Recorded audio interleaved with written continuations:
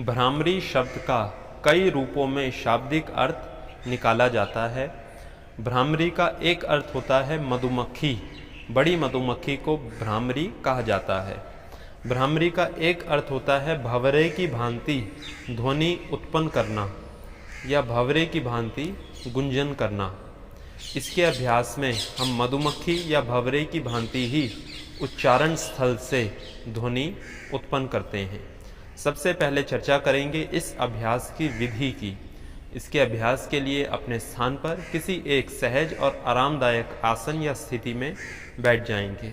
सुखासन, अर्धपद्मासन, सिद्धासन, पद्मासन, जिस भी आसन में सहज रूप से बैठ पाएं। पीठ गर्दन सीधी रखेंगे।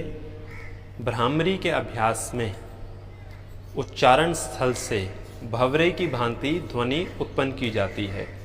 पहले सांस को भरेंगे, सांस छोड़ते हुए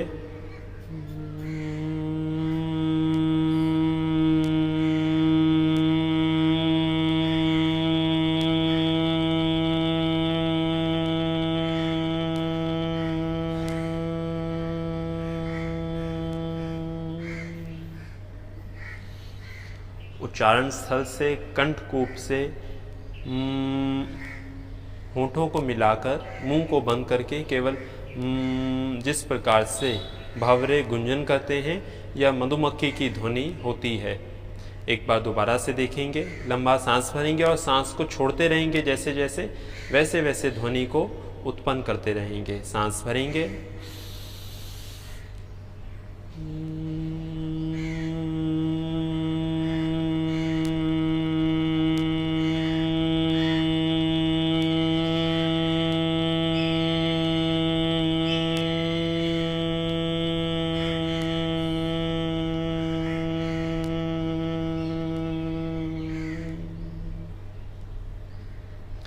इस प्रकार से।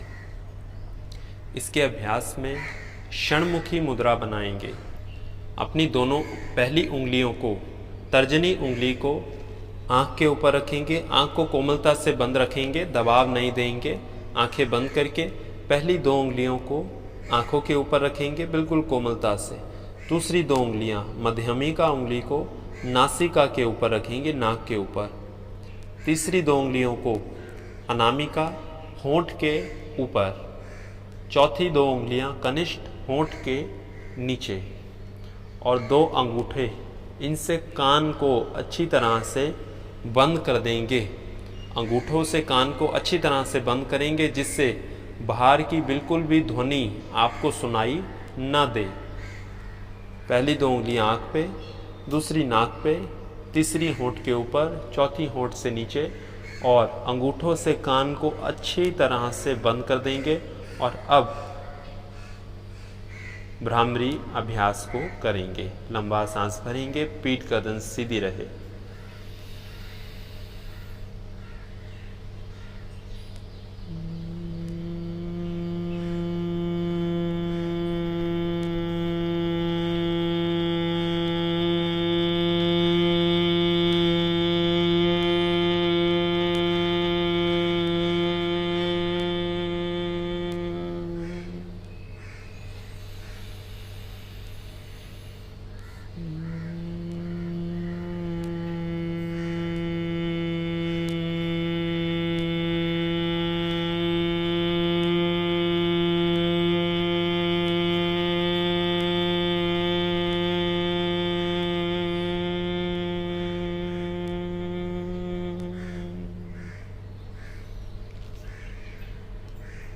इस प्रकार से इसका अभ्यास करेंगे।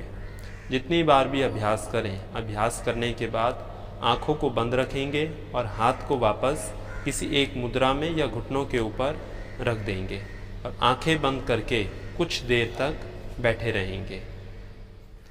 भ्रामरी का अभ्यास अलग से भी किया जा सकता है और यदि प्राणायामों की श्रृंखला में या अन्य अभ्यासों के साथ में इसका अभ्यास करें तो उसके लिए पहले भस्त्रिका, फिर कपालभाति, फिर अनुलोम विलोम और या फिर यदि और अन्य अभ्यास करें तो भ्रामरी का अभ्यास अंतिम में करें।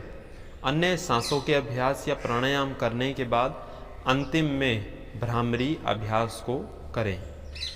इसका अभ्यास गिनती के साथ भी कर सकते हैं, 11 बार, 21 बार, 31 बार, या समय देखकर भी इसका अभ्यास किया जा सकता है।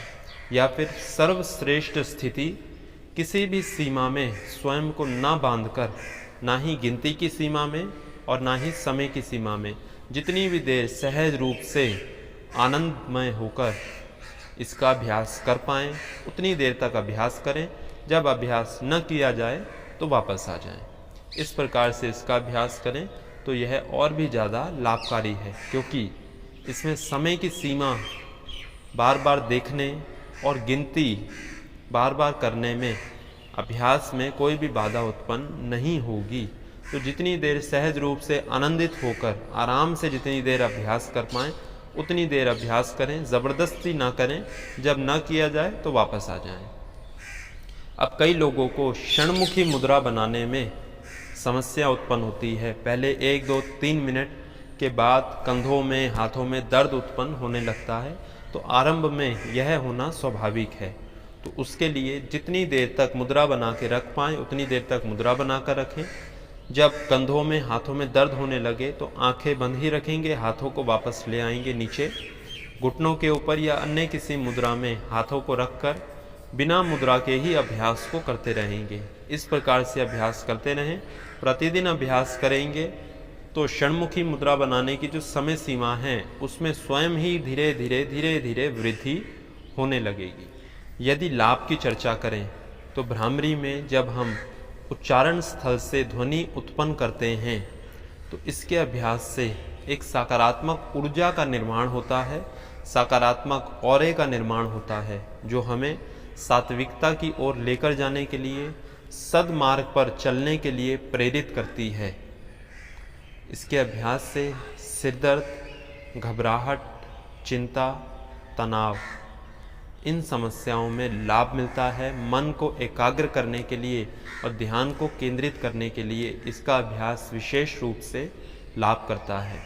यदि बच्चों को बचपन से ही इसका अभ्यास कराया जाए तो भली प्रकार से उनका मार्गदर्शन किया जा सकता है और एकाग्रता बच्चों में बढ़ाने के लिए, बच्चों के मानसिक विकास के लिए इसका अभ्यास महत्वपूर्ण भूमिका निभाता है।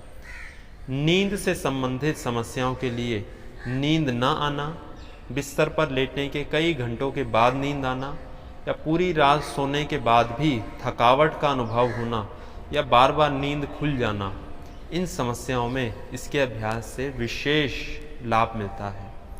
इसके अभ्यास में भीतर और बाहर सकारात्मक तरंगें उत्पन्न होती हैं, जो हमें जीवन के कई रहस्यों से हमारा साक्षात्कार कराती हैं और हमें प्रतिपल वर्तमान समय के लिए, वर्तमान समय में रहने के लिए प्रेरित करती हैं। सावधानियों की यदि चर्चा करें तो अभ्यास करते समय पीठ और गर्दन को सीधा ही रखें और जिस आसन में सहज रूप से बैठ पाएँ उसी आसन में बैठें। ज़बरदस्ती कठिन आसन लगाने का अभ्यास की कोशिश न करें। जिस आसन में आराम से बैठ पाएँ उसी आसन में बैठें। जो लोग नीचे बैठने में असमर्थ हों वह ऊपर इस प्रकार कुर्सी पर बैठकर भी इसका अभ्यास कर सकते हैं, परंतु उनके लिए जो नीचे नहीं बैठ सकते। ज़बरदस्ती अभ्यास को न करें, जितनी देर सहज रूप से कर पाएँ उतनी देर करें और वापस आ जाएं। इन बातों का ध्यान रखते हुए अभ्यास को करें। आपको इसके अभ्यास से पूर्ण